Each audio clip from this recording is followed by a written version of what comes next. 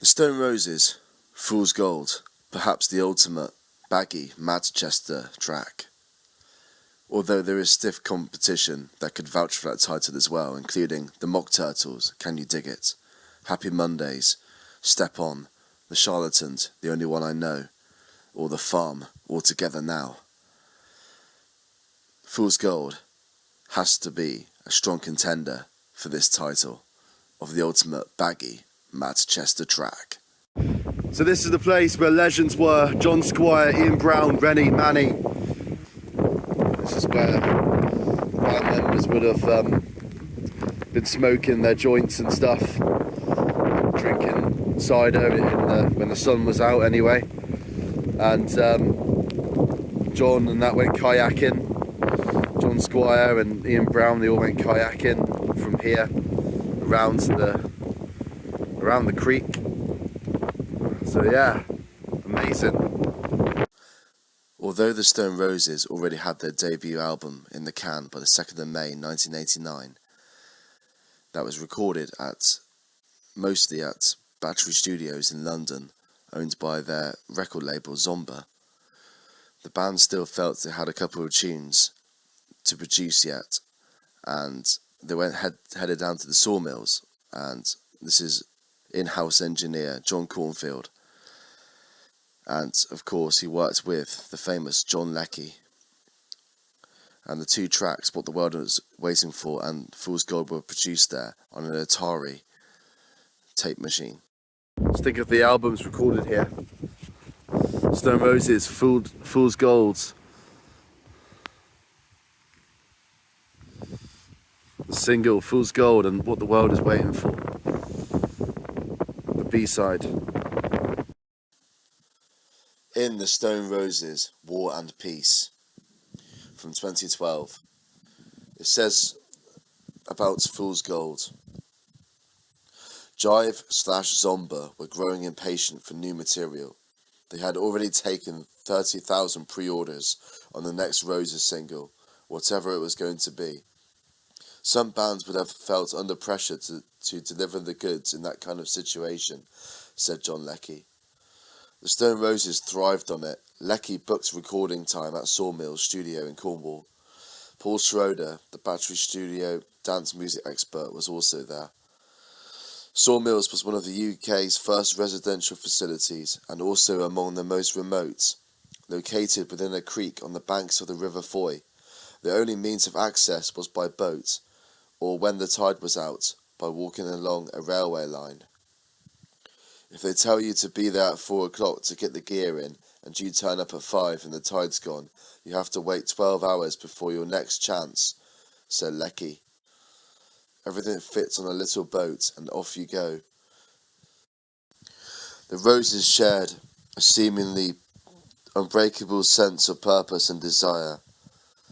What they did not have was much new material, nor any real sense of where they were heading musically.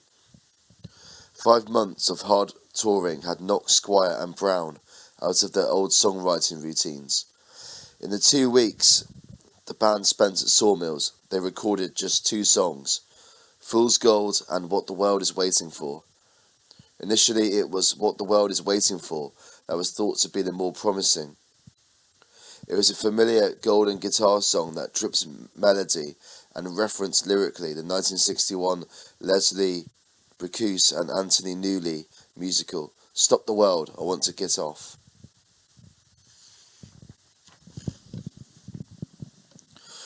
Fool's Gold was a more experimental track, initiated by Squire. He had written it after picking up a Breaks and Beats album from Eastern Bloc Records in Manchester during a signing session for She Bangs the Drums. It was one in a series of 25 Breaks and Beats albums that were popular with hip-hop producers, as they featured drums for sampling. Squire had chosen it because he liked the photograph on the sleeve of African-American athletes Tommy Smith and John Carlos giving the Black Power salute on the medal podium at the 1968 Olympic Games in Mexico City. In what was a new way of working for Squire, he'd written the song over a Leaps break. He says, I wasn't familiar with the song it came from. It was the repetition that made it work, that made it what it was. Manny added his own unique contribution. His all-night partying often met with disapproval from Squire at rehearsals, but Manny said clubbing was for research, and he was looking for things to pinch. The bass line from Young MC's club hit, Know How, was a case in point, and it was used as further inspiration on Fool's Gold.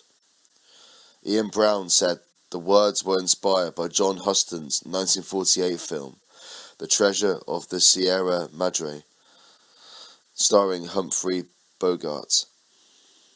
The promo line above the film's title was, "They sold their souls for," and the plot line was summarised by Brown as, "Three geezers who are skint put their money together to get equipment to go looking for gold.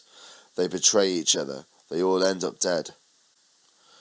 The leap Squire wrote the Fool's Gold riff over was taken from Hot Pants by Bobby Bird, with John Jabbo Starks on drums, produced by James Brown. If the band and Leckie were unsure about the nature of Fool's Gold, Schroeder had no such doubts. He declared it a fucking smash on first hearing. Even just in the demo form, it was brilliant. It had the funky drummer loop that was developed by Clyde Stubblesfield, the drummer for James Brown. It had the bass loop, it had the lyrics, so it was all pretty much there. I was into this idea of having the drum sample loop round kind of every 13 bars, a very odd number of bars, so the beats would never be the same. Rennie loved it. It meant he could dance around it with his kit.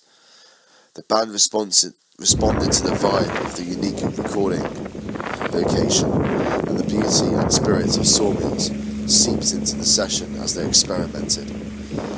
Schroeder also spent time on the guitar to Fool's Gold, might have to and duck more for work this. went into the track. Pretty tall lad, isn't I? I'm gonna have to duck. Until the band began to prefer it to Sublime Control of what the world is waiting for. It looked lower, like, from back there. About, says Brown.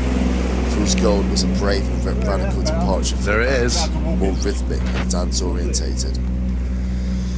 Vocals on Fool's Gold, Ian Brown's strongest to date, were recorded back in London in a tiled room in the studio in Muswell Hill. The groove of the track suited Brown, who displayed an astounding ability to lay back and ride a rhythm in the best reggae tradition. The natural echo you hear on Ian's vocal, that's not extra stuff being added, that's just him, Schroeder said. I had the lights turned off so he didn't know where the mic was, and he was dancing around, really out of it. It works a treat. It was just a condenser mic, but I put it on all round, omnidirectional, so that it would pick up everything. I just told Ian to pretend he was sitting on top of the speaker looking down on people dancing. I said for him to imagine that he was in control of the dance floor while he was singing. I think he had that in mind while he was doing it. He had a big smile on his face when he came back in. Schroeder did a rough mix of Fool's Gold that he played to jive Zomba boss Clive Calder. He said, "That's a hit record, but it needs a remix," said Schroeder. The recording of the single had already eaten up over a month. We'd do the mix with everyone together, the whole band and me and Paul in a room. And then invariably, Paul would go off and mix it by himself, said Leckie. He'd say, I've got next week booked off to mix it again. I was like, hang on, it's only one song. In late September, while work continued on the single, the bands were filmed for the popular BBC Two pop show, Rapido. The feature, scheduled to air on 7th of October, captured the band in and around Battery Studios, looking cocksure and unkempt. Battery Studios is where the great Alan Moulder and Flood work. The main focus was their debut album, which 6 months after its release was still picking up praise, interspersed with footage from Blackpool. The band delivered an unparalleled example of their classic interview technique. "It's hard to act interested when you're not," Brown told the interviewer bluntly. He went on to denounce the UK indie scene as certainly as Manny dismissed the psychedelic label the band had been tagged with. In the background, as the bands were being interviewed, John Leckie and Schroeder were seen at the battery recording desk working on Fool's Gold. Manny's distinctive bass line could clearly be heard. When Rapido was broadcast, Gareth Davis got a call from a BBC TV contact asking about the amazing bass riff. The truth, Davis admitted, was he didn't know. The band remained cautious about Fool's Gold. It was very different from anything they'd done before, lacking not just the ripe melody and soaring chorus the bands were known for, but any traditional, strong structure. While the band had been away in Europe and Japan, Leckie had done a final mix on Fool's Gold. He had tested even his famous patience. Eventually I said, "Look, just give me the tape and a day at rack, and I'll do it," he recalled. I went in about noon, on my own, and came out about 9 the next morning.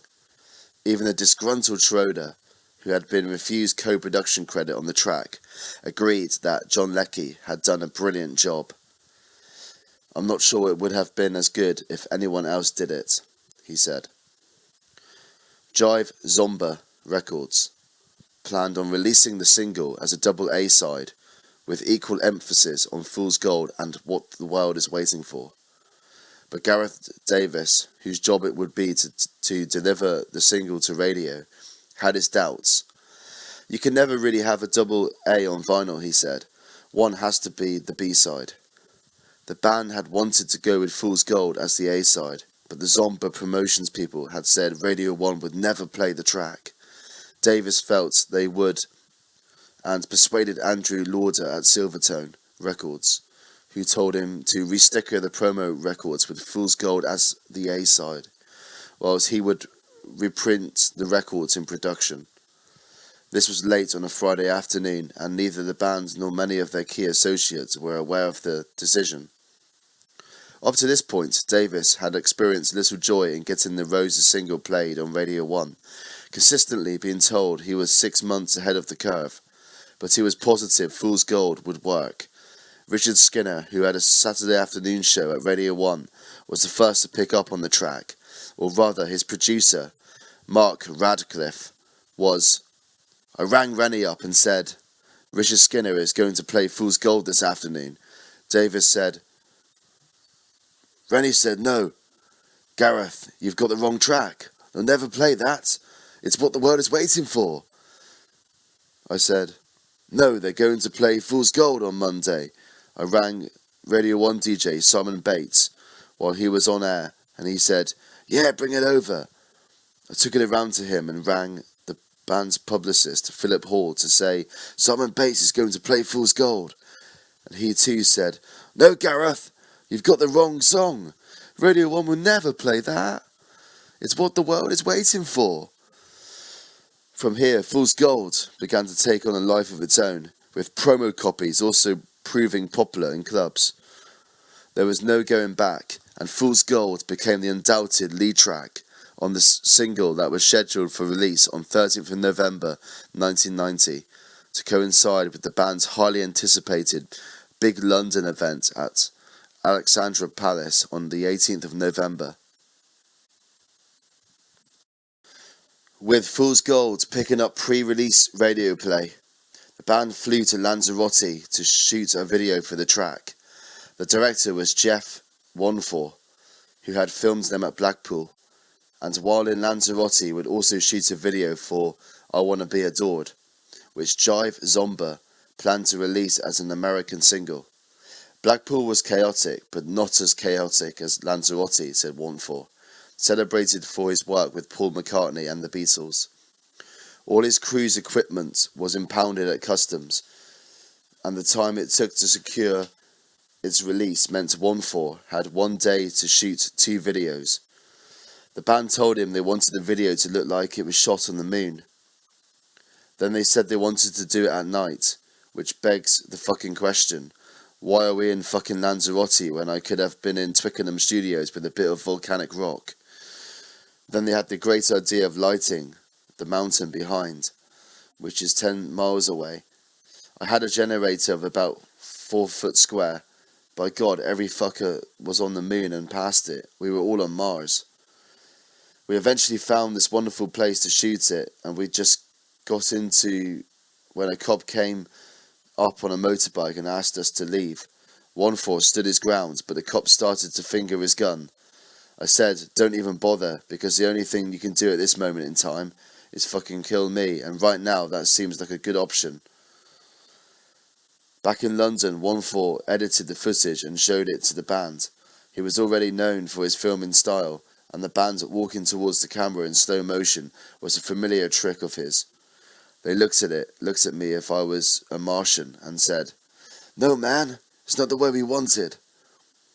1-4 asked what they did want. They said, "We don't know."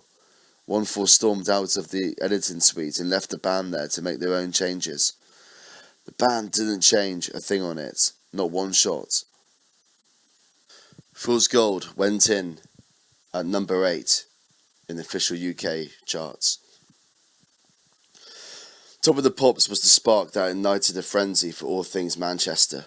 The Mondays had brought Madchester into public domain with their new EP, Madchester, Rave On, produced by Martin Hannett, the famed producer for Joy Division. And the term became a catch-all to describe what would become a golden age of Mancunian cultural dominance.